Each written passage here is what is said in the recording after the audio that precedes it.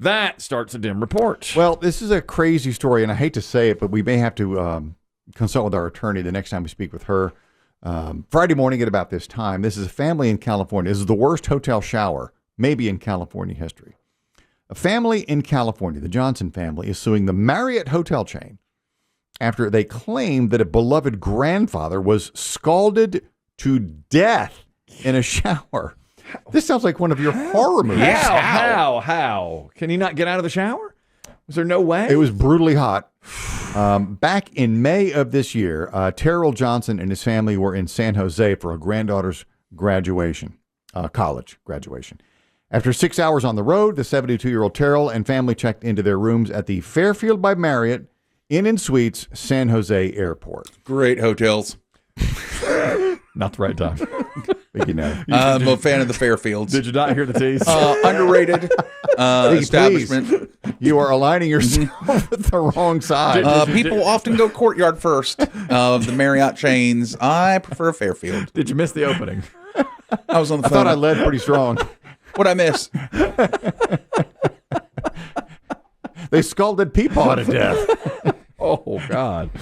Okay, so he climbs into the shower, and it was the last shower he ever took. The water that day, according to the family and their lawsuit, was so hot it scalded the poor man to death. One of his grandsons heard the commotion from the bathroom and found the grandfather unconscious in the tub, partially submerged. The water was so hot the family burned themselves, pulling him out. So they said that his skin was basically peeling away from the body. Can't hear it. Oh, terrible. You have to be a man. I can't. The medical examiner in Santa Clara ruled severe scalding as the cause of death, and now the family is suing. They claim that the water temperature was, I think, 136.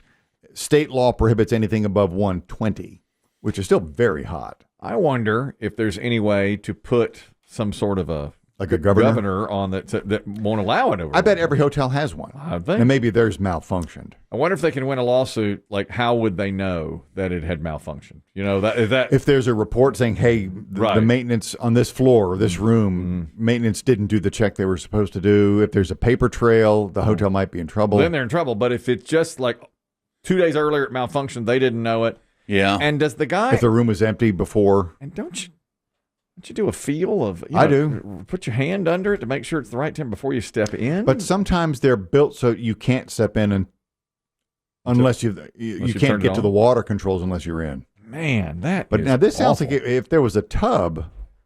Was there a tub? Is that what you... Yeah. They said tub. Now, a lot of hotels don't have bathtubs per se. Just step in. Yeah. They're stand-up models. When I stayed in New York recently, a couple of months ago, the whole bathroom, there was not a shower curtain or anything. It was just like a long way to the shower, but there was not even a curtain in the shower. You're standing there. They look cool. I don't think they're very user-friendly. Well, I agree. I wish because you freeze. It's cold. Exactly. It's very cold for the user. I know. That's right. You've seen those. Yeah. Yeah. It's like one big floor, and there's everything the shower, just drains, and everything drains to the middle, and that was it. I mean, what was the chain? What was the company? That was one of those like Broadway. It was like something like a Broadway. One-off. Yeah, it was a one-off. Not a national. Like Milford Broadway or something like that. No, not a national chain. Nice. I mean, I liked the hotel, but that's the first time I had seen something like that. But this poor guy and his poor family. Now that's just unacceptable. However, I'll bet you. Well, they'll probably settle, but as our attorney Lisa Lanier often says, they do. Yeah. But they could if their maintenance was up to check and they just didn't know. I mean, it would be impossible to know that was happening. That's typically the rule, right? Is that you have to be aware if you're negligent. I just can't imagine it being where he couldn't like just roll. I mean, just if it's that hot, just get out of the tub somehow, I guess. But he's older and, it probably just washed over him. And geez, I wonder if it went from where it was the proper temperature to all of a sudden it's really, really hot. If it's spiky. He's in it and it's really, really hot. Yeah. Biggie. Wait, if you were part of the family and Marriott decides to settle with you for a generous sum, lifetime free stays at Marriott properties, would you take it? Yeah, it's a great hotel. Marriott is a great name. They're all over the place. Yeah, I mean, now of course, every time you stay, you'll think of your of Grandpa Terrell and the tub, but I'd be real careful in the shower at all of them. Man, that's just, I can't believe that. Yeah. You know, when I went to, my friend and I went up to sleepaway camp, they had one of those, the night before we went to sleepaway camp, we went to a hotel and split a room, budget. And, both of y'all are rolling in it. traveling on a budget. two men in their 50s. Ate at Arby's. We ate at Arby's, and then that's right. And, Got 2 singles, please? yeah, we ate at Arby's, and then we went to the hotel, split a room. Suspect. No. No. Two Pop men in half a gummy. 2 men in their 50s traveling out of state together. One room, please. This is my best good friend. 2 beds, 1 room. And 2 queens. Beds. Okay. Well, I went to the gym the next morning. Showered there. Was there one of my gyms here in Scranton? There was. Yeah. It was, what's the home of Larry Holmes? No. Easton. We're in Easton, PA. Easton, PA. And one of my gyms was there, and I Okay. showered there. But when I got back, he had showered at the hotel, and he said, I've never seen this. The soap and the shampoo was in the wall where you could pump it.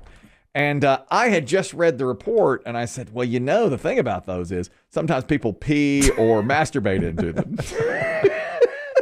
You ready? What? Did you get coffee downstairs? We ready? We good? He was blow drying his hands. What'd you say? One Masturbate side. into the what? One side of his hair is just sticking up straight, stiff. Is that hair gel? Yeah, it's in the wall. Yeah. I just read the article that said, be careful. People pry them off and put their own. Rogue perverts. Now, before I leave this Days Inn, let me just ruin someone else's day. Now, hoist me up. I need to get to the dispensers. You have to really get out of your way. 6 feet up off the floor. That's a real commitment. It really is. Yeah. He's Drag that credenza in here. Yeah. He said, I never thought of that. I said, well, why would you? Yeah. Of course. I happened to read the article. My God. I have to thank Biggie. It's thank you time. He just A did. Halloween leftover? Yes. He just reviewed all those movies for Halloween, above and beyond the Call of Duty. Look at this guy. Day in, day out. Oh, every day. Some good picks. Yes. And a lot of them got high scores this year. It was a real good year.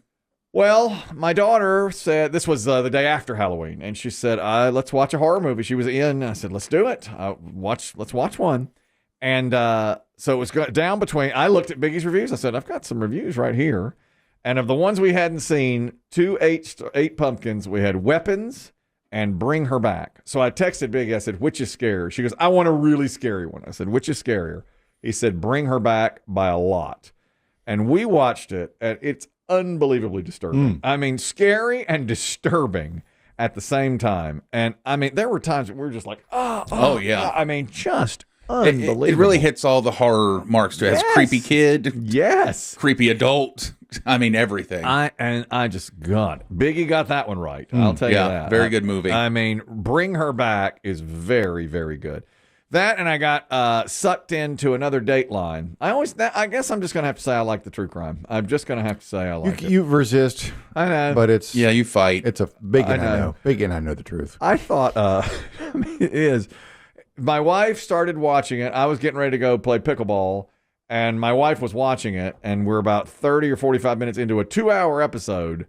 And I said, I've got to go, but save this for me for later. And I do want to see the end of this one. This guy, you'll appreciate that. I thought, especially I found Biggie, I thought he'd find this funny.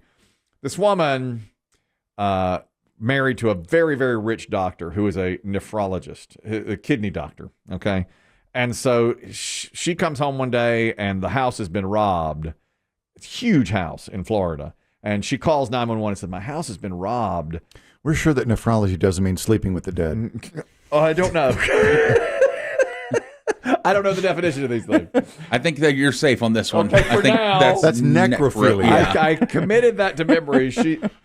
Her husband is a nephrologist getting ready to retire in his late 60s, and everybody loved him. And she walks in and sees things askew after work one day and calls 911 and says, my house has been robbed. Well, when the cops come to look at the robbery, the house is so big, they find his body, the husband's body. Well, they think the house has been staged. All that's happened is like some drawers have been pulled out and some jewelry's been thrown on the floor. Nothing's missing. And it's clear from the beginning the woman killed her husband. She needed money, and he was getting. Everybody said, "Oh yeah, he was getting ready to divorce her." It's obvious that it was her, but they can never pin it on her. There was no physical evidence to say that she was there. She had an alibi. She was gone. Do we know how the man died? Shot, then stabbed. Actually pushed down the stairs. They found him at the bottom of the stairs, then shot, but apparently he was still moaning and then stabbed. I mean, it was an accident. He's clumsy. Yeah, he was holding a gun and a knife as he fell down the stairs. He does that a lot. Basically, she had gotten somebody else to do it. She wasn't home, but she had hired like one of their handymen eventually. His DNA was there. Anyway, the whole thing goes through. Well, she gets away with it because they can never pin it on her. They're like, wow, she got away with it. She did, and she moved to Wisconsin. This is the part that is funny. She moves to Wisconsin and marries a guy like 15 years younger than her. And when she gets to Wisconsin, she tells all her neighbors and this new guy she's dating, they were like, how do you have all your money? And she goes, I'm a nephrologist. I've just retired from being. Or she claimed his resume. Okay. The dead man's resume. She claimed the dead man's resume, which is very rare. She says, yeah, I got my medical degree here, and I'm fully trained and all this, but I'm retired. So then she marries this guy 15 years younger. They're going on a lavish vacation, and where they're on the plane, somebody has like an attack, and they were like, is there a doctor on board? And she just sits there. Thank God my wife here is. Yes, she's retired, but she knows. Yeah.